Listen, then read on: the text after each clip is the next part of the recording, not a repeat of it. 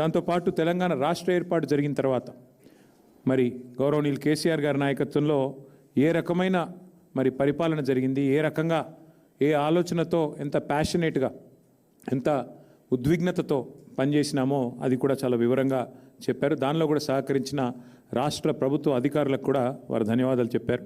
మాతో పాటు రాష్ట్ర ప్రజలకు సంక్షేమ ఫలాలు అభివృద్ధి ఫలాలు అందించడానికి కలిసి వచ్చిన ప్రతి ఒక్కరికి కూడా వారు ధన్యవాదాలు చెప్పారు. రైతు బంధు లాంటి ఒక అద్భుతమైన పథకాన్ని ప్రపంచంలో ఎక్కడా లేని విధంగా తీసుకొచ్చి రైతన్నలకు అందించిన ఘనత కేసీఆర్ గారిది.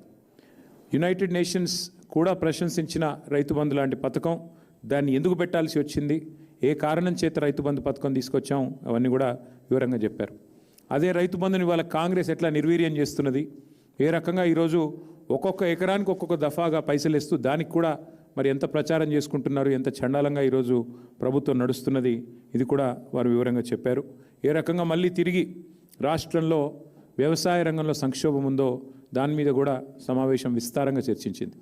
నిజానికి ఈరోజు తీసుకున్న అతి ముఖ్యమైన నిర్ణయం ధాన్యం కొనుగోళ్లలో రాష్ట్ర వ్యాప్తంగా ఏదైతే రాష్ట్ర ప్రభుత్వ నిర్లక్ష్యం వల్ల రైతులు తీవ్రంగా నష్టపోతూ ఉన్నారు, ఇవాళ దళారుల పాలైపోయింది ధాన్యం. రాష్ట్రంలో ఎక్కడా కూడా కొనుగోలు కేంద్రాలు నడవడం లేదు.